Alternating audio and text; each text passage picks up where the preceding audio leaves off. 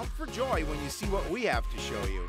So everyone celebrate with us, and don't complain if you don't like what you see, because we'll get you back on track. It's always our goal. Sports Night is next.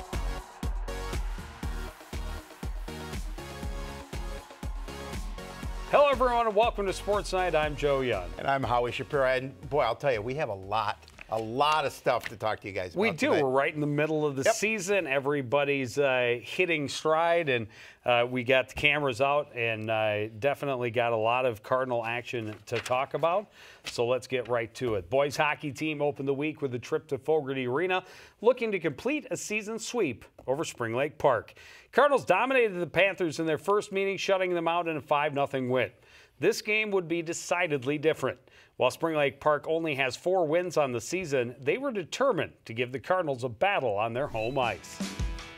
Coon Rapids starts the scoring at the beginning of a 5-minute power play in the first. Cole Nicholas gets the redirect out front, puts the Cardinals up 1-0. Panthers outshot the Cardinals in every period, and they get an equalizer late in the first. Sam Fritz gets around his man deep in the corner, tries to jam it home, gets his own rebound, and buries it. It's 1-1 after 1. Spring Lake Park already up 2-1 late in the second. Just as their power play ends, Zach Zemlicka coming out of the corner, able to get the backhand pass wise and give the home team a 3-1 advantage. But the period wasn't over. A.J. Carls carrying into the zone and into the slot, drops it to Tommy Carls. Back to A.J. He scores on the short angle, cut the lead to 1 with 30 seconds left. And that was just enough time to get one more. Tommy drops it to A.J. across the top of the zone. His shot is stopped, but Kirby Peary there for the rebound. And it's game 3-all with 5 ticks left in the second. Same score in the final minute of the third. Jeremiah Simonson able to get hold of the blue line and then gets the possession back, gets his shot through the traffic and somehow into the back of the net. All those sliding bodies and the keeper. 4-3 Cardinals with 53 seconds left, and that unfortunately was enough time for the Panthers to get one back. Derek Bergman starts it with the first shot, then gets the finish to send this one to overtime. There was just 11 seconds left on that one, but the Cardinals will come out on top. Corey to Carls to the back of the net. Tommy puts it home, and the Cardinals get the 5-4 winner. Breathe a sigh of relief. Spring Lake Park, one of those teams in the division that the Cardinals feel they not only should compete against, but a team they really want to beat each and every time they take the ice. No, especially when you're up by a goal with 53 seconds left, and unfortunate that you get that tie, but fortunate that you're able to win it in overtime. Yeah, it was a fun game to be a part of. Yep, a little closer than they had hoped, especially after the outcome the first time around. But fun to get the win for sure. Another fun event for the Cardinals on Saturday, outside on the CTN outdoor rink for Hockey Day, Minnesota. The end result, not so fun, unfortunately, for the Cardinals. The Cardinals' 2 goals came 11 seconds apart in the first period. They had a 2-1 lead. They trailed 3-2 going into the third, but Irondale roughed them up in the final frame and hand them a 7-2 loss. Cardinals at Southwest Christian and Richfield on Thursday, and then Armstrong Cooper coming to the Crick on Saturday. Well, the girls' hockey schedule last week started with the division-leading Bluebirds facing off against the team at the bottom of the standings in the West. The Irondale Knights were just 2-18 coming into the game. They had shut out 8 times, including their last 2 in a row, in their first meeting with CPCR. It was a matchup the Bluebirds really needed to dominate, and they did. Bluebirds start the scoring midway through. The first shot from the point hits traffic right to Annabeth Kahlo on the doorstep. She scores. That opens the floodgates. Well, CPCR, they're going to strike again just 17 seconds later. This time it's Delaney Johnson walking out the corner, slipping a backhand under the keeper. The Bluebirds almost make it look too easy. They outshot the Knights 19-3 in the first period. Johnson again, this time her shot is stopped. Bezcalo right there to convert the rebound. Her second of the game makes it 3-0. They get another one coming up just 30 seconds later. Puck played down low. Sophie Sinjum with a great feed to Holly Johnson for the one-timer, and CPCR in the front by 4 at the first intermission. They only get one in the second period. Abby Ness gets behind the goaltender and wrists one to the far side. Bluebirds add 3 in the third, including the hat trick for Bezcalo. and they breezed to an easy 8-0 win. Yeah, nice way to win 8 goals. And we've talked about it both last year and this year. There are teams in this division especially that this team should beat handily, and they have been doing that, and that is important not only for their confidence but for the rhythm they play with in those closer games against some of the conference teams on the other side of the split. Unfortunately, the Cardinals, or the Bluebirds, excuse me, went up against one of those teams on Friday. It was Saturday, sorry. On Saturday, and lost to the Anoka Tornadoes 4-1. Anoka is one of those teams that they're going to play them close, but the Tornadoes just had a little bit too much this time around. Haley Williams, the one goal for the Bluebirds. Bailey Schuck made 27 saves in the loss. They are at Buffalo on Tuesday and host Stillwater on Thursday, and that's a big game against a very good team. Yeah, Stillwater. Yeah, we'll be there actually to bring everyone that action, so that should be a lot of fun. Speaking of Stillwater, the wrestling team was in Stillwater a little over a week ago. We didn't have results from the Stillwater duels last week for Sports Night. We do have them this week. Cardinals beat Little Falls 51-23, then get past Hudson 39-20, but lose to the hosts in the championship 33-28. Well, Coon Rapids has a lot of great rivalries, but over the past 2 decades, arguably the best is the wrestling rivalry with Anoka. On numerous occasions, the winner of their dual meets has determined the champion in the Northwest Suburban. That could be the case again this season. Both teams were undefeated in the conference when they met last Thursday. Anoka took the early lead with a pin and a decision in the first 2 matches, but John Svobody gets things turned around with his early pin in the second period. At 120 pounds, he gets Noah Torgerson in a headlock, squeezes for the pin at 217, hoping to spark his team. Gabe Degris will follow that up with a decision at 126. He gets the 5-2 win over Caleb Brandenburg and evens the match at 9-all. Moved to 128 pounds, Elijah Medimba able to put Anoka's Riley Emery in the cradle, rack up some back points. He doesn't get the pin, but his 17-9 major decision gives the Cardinals a 13-12 lead. Moses Medimba moves down to 152 pounds. He gets the Cardinals another win. Strong double leg takedown, part of a 9-4 decision. Coon Rapids is in front 16-15 midway through. Tornadoes show their strengths in the upper weights, though. Colby Noss gets Dimitri Seals in the headlock early in the third period at 160. He scores a big pin that puts Anoka back in front for good. Anoka wins 4 straight to secure the victory. They get another pin at 182. Bruce Muehlhauser gets on top of Eric Ramos, able to force him to the mat with just 9 seconds left in the second period. That made it 30-19 Tornadoes. Just 3 matches left. Anoka keeps control from there, and it retains possession of the Golden Shoes with a 34-22 win. We talked about it last week, knowing coming in number 7 Anoka. It's going to be a tough one. Cardinals did a nice job of holding tight midway through, but unfortunately, as those weight classes went up, they couldn't get the points they needed. Yeah, they moved Moses down a couple of spots, but that 160 through 195 was a very tough streak for the Anoka Tornadoes. Wrestling team in Eastview over the weekend for the Lightning invite. Moses Medimba, first place, 4-0 with a pin, a tech ball, and a major decision. Kovalchuk had a second place finish at 132 pounds. Svobody was third place, and so was Dalen Jones at 120 and 145 respectively. Logan Rotzine, Linville, and Gavin Layton all took 4th place at the tournament. The Cardinals as a team take 2nd place, and it's pretty good competition there. It's a nice finish for them. Really the meat of their schedule. One big dual meet during the week and a big tournament every weekend, it seems. This week, they have a tri-meet against Champlain Park and Buffalo on Thursday. They will be at Centennial next Thursday, so they get this weekend off. Yeah, which is nice to get a little time to kind of heal up a little bit if you need some rest. And we're not far away from section time. No, it's getting close. Well, the Cardinals gymnastics team has shown steady improvement over the past few weeks, and this week they took it to another level.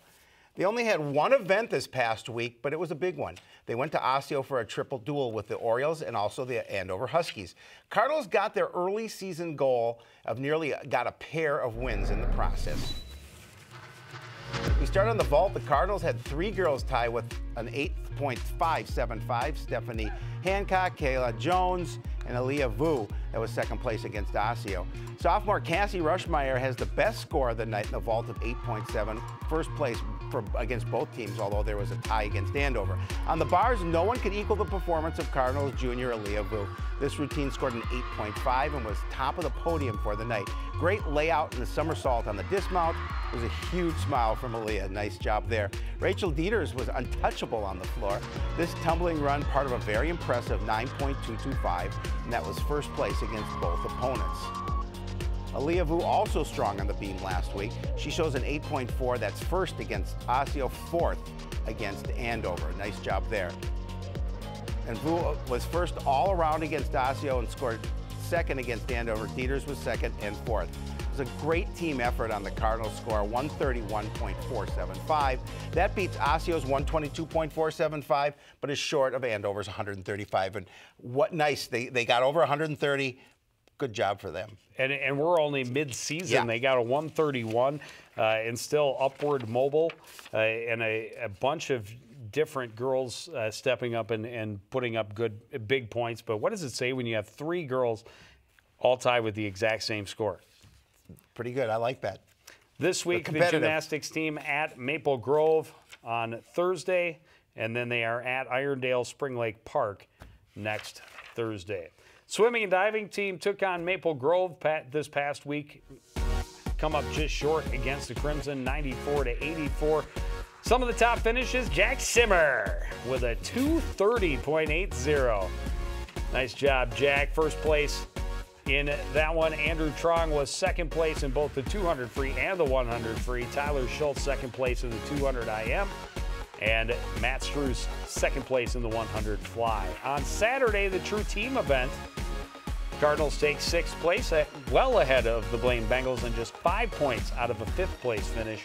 Matt Struess, a 2nd place finish in the backstroke. 2nd place and 3rd place finishes for Schultz in the 100 fly and 200 free. Jack Simmer, a 3rd place finish with a 320 in diving. Andrew Trong was 6th place in the 100 breast, and the 200 medley relay team was 5th place. And Coach Donaldson pointed out, big finish for Jack Simmer in 3rd place. If he can hold that through the championship meet, top 4 go to state. Yeah, that would be a huge, huge accomplishment for the sophomore, just a second-year diver. He's had a strong season, so let's hope he can continue on that path. Cardinals are at Champlin Park on Thursday. They'll be at the Cambridge Isani Invite on Saturday. Nordic Sea teams will compete in the conference pursuit this week, and the conference championship race is next week already. The weather has been far from ideal, and it has limited the amount of practice time and the teams have had because it's hard to find good snow. But it also means that every race is critical as they see how much they match up against their Northwest Suburban opponents. Sun was out on Wednesday when they met up at Elm Creek for a 5K Classic race. This is Ricky Petrov. Sophomore has the best race of the day for the Cardinals. Finishes in 9th place overall in 13 minutes and 36 seconds. Up next, we have Jared Haida. He's not far off the pace set by Petrov. He's able to get himself into the top 10 with a finish in 13 minutes, 44 seconds. Man-made snow is pretty good at Elm Creek, and the Cardinals show their strengths all down the line. Josh Thowen is the 3rd fastest Cardinal. He takes 14th place in 13 minutes, 56 seconds. Cardinals finish in 3rd place as a team. On the girls' side, Abby Ellenbecker continues to be a force in the conference and the section. She looked strong on Wednesday. She cruises to a 4th place finish in 14 minutes and 19 seconds. Sister had a good showing at Elm Creek as well. Senior Olivia Ellenbecker racing to the finish line. She'll get there in 12th place overall in a time of 15 minutes and 50 seconds.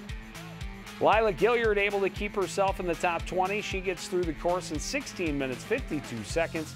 That's good enough for 19th place. As a team, the Cardinals take 3rd with 424 points. How about that for a coinky-dink? The two Cardinal teams finish with 424 and 425 points. That's pretty. That is a coinky-dink. Both in third place in that Northwest Suburban Conference event. But this is the big week, right? You got the Classic and Freestyle back-to-back. Wednesday, Thursday, I think they're at Elm and Baker. Don't quote me on that, though, and that could change within the next 48 hours, depending on weather conditions.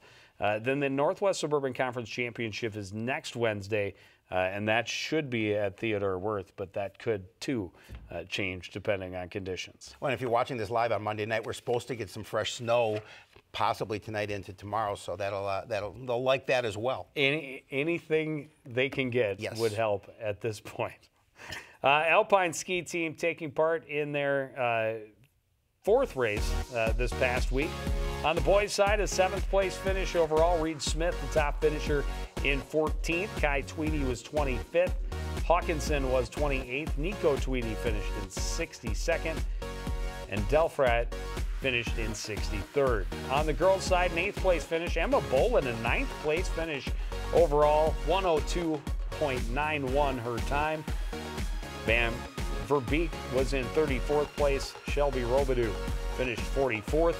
Vosine was 57th, and Sides finished in 64th. They have their fifth race coming up, their last one on their home slopes at Trollhagen, coming up on Thursday this week.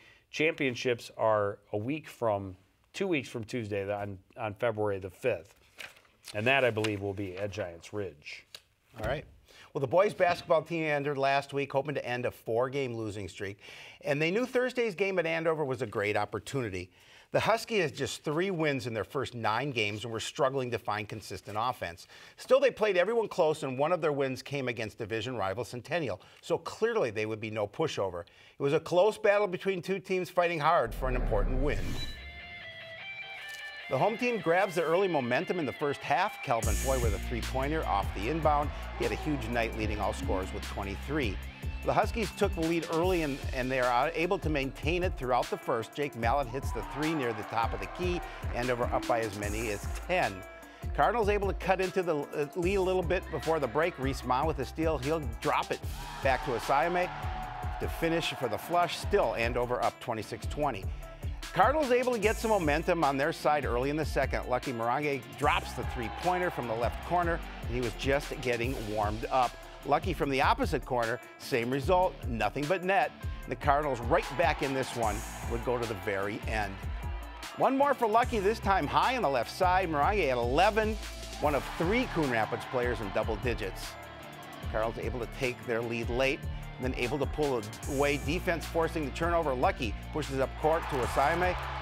Another dunk, 38-35, Coon Rapids at that point. Late in the game, Elijah McGrath able to go the length of the court, score on the layup. That gave Coon Rapids a 6-point lead. They hold on from there, and they win this one 58-50, and a big win for the boys basketball team, as we talked about. They needed to end that skid, and they did so. They did, and against a border rival that isn't very strong this year, but a team that just 2 years ago were section champions, went to the state tournament, and a rival that has always been there, right? I think when Andover was created, their biggest rival immediately from day one was Coon Rapids. Oh, you bet. Because so many of the school there would have gone to Coon Rapids before Andover was created. But big win for them. Unfortunately, they couldn't keep the momentum. On Friday, they hosted Centennial, and the Cougars, well, they weren't very nice house guests. They treated the Cardinals to a 77-59 loss.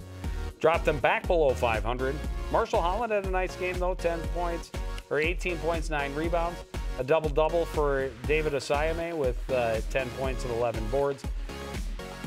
Jordan Doe had 11 points as well, but a 77-59 loss. And now they come into this week. How are you there at Osseo on Tuesday? Yep. Always a good Orioles club, and then they host Elk River on Friday. That's 2 very tough games this week at a crucial part in the season. Yeah, and they're looking to put some things together and see if they can obviously get a road win, and a win at home would be nice. But you're right, they're going to be tested, and those are 2 really good teams coming up. Well, the girls basketball team entered last week's play hoping a visit from Andover would help them break out of their month-long slump. Huskies had just 4 wins on the year and were another team struggling to find rhythm this season. It seemed a good opportunity for the Cardinals to stop their 6-game skid and get a meaningful win over a division and section opponent. Cardinals get the opening possession and start exactly how they had hoped. Set up right side, kick it out to Ashley Flatham on the left. She hits the 3 and gives the Cardinals the lead. But it was short-lived. Andover takes control with a 9-point spurt. Ashley White had 10 of Andover's first 12 points, and the Huskies led 12-6. Andover's full-court press caused the Cardinals a lot of troubles on Tuesday night. They trailed by as much as 15 before closing with a spurt just before the end of the break. Still, 26-18 Andover at the half. More offense from Ashley White early in the second. Great drive to the basket. Part of a game-high 27 points. Huskies able to build the lead as high as 19. Cardinals were able to make it a bit more respectable by controlling the latter part of the second half. Lainey Hanneman had a season-high 18 points. She was the only Cardinal in double digits. White was the only Husky in double digits, but her team pretty much in control from start to finish. Mackenzie Mackey hits a late 3 as the Huskies run away with a 54-51 win. Yeah, 41 win. They were impressive, and obviously the Cardinals dug themselves into a hole, and it was difficult to try and dig out of that. They tried valiantly in that second half, but unfortunately they did a little too little too late, unfortunately. Well, the road didn't get any easier for the Cardinals. On Friday, they had to travel to Centennial. The Cougars are undefeated in division play and came in on a 3-game win streak. Their top 3 players have a combined average of over 40 points per game, and they would be hard to stop. Early in the first, bad turnover by the Cardinals turns into fast break points for Centennial. Jody Anderson finishes it with an easy layup. The Cougars take control early. Cardinals trying to keep up. The perimeter game can help. Lexi West spots up at the top of the key and nails it. She led Coon Rapids with 13 points. Cardinals trying to keep the deficit from getting out of hand. Nicole Post with a great move to get the basket in the paint. But there's just too much offense on the other side. Grace Johnson lets loose for a 3-pointer. She had both of Centennial's 3s in the game. But the big night belonged to Tracy McCauley. She slashes to the lane late in the first. Centennial up 30-17 at the break. Well, the Cards unfortunately never really able to challenge the lead in the second half. West jump shot off the mark. Lainey Hanneman there to pick up the change. She had 10 points in the game. McCauley and the Cougars are just too tough. She gets the steal, takes it to the basket. She had a game-high 20, and Centennial cruises to the 60-40 win. Yeah, and it's going to be a tough one for them. It's been a long road. Yep. They're desperate for a win. Yep. They have a good opportunity coming their way at home on Tuesday night when they host Osseo. They really do. Osseo will come into the barn only 3 wins on the season, so an opportunity with Coon Rapids to see if they can get that victory and end a long streak. Well, and then they're at Elk River on Friday, and so you go right back up the mountain. Yep. But a good opportunity for them against Osseo, and we've seen a number of different girls have outstanding evenings. They just need to be able to put it all together and get some wins, hopefully, as they close out they still got a lot of time left in the season. Of the team sports in the winter, they're the last to finish. So they've still got some time to figure it out, but a big week for them with Osseo coming to the barn on Tuesday. And Howie, you know what? We'll be there! That's what we have coming up for you. It's girls basketball on Tuesday night, live against the Osseo Orioles. Girls hockey on Thursday night, live against the Stillwater Ponies. And then next Tuesday, we take the show on the road as the Cardinal boys basketball team tries to complete a season sweep of the Blaine Bengals. But that is going to do it for this edition of Sports Night. I want to thank everybody out there for joining us, continuing to support everything we do here at CTN. For the entire crew, including Howie Shapiro, I'm Joe Young, saying good night.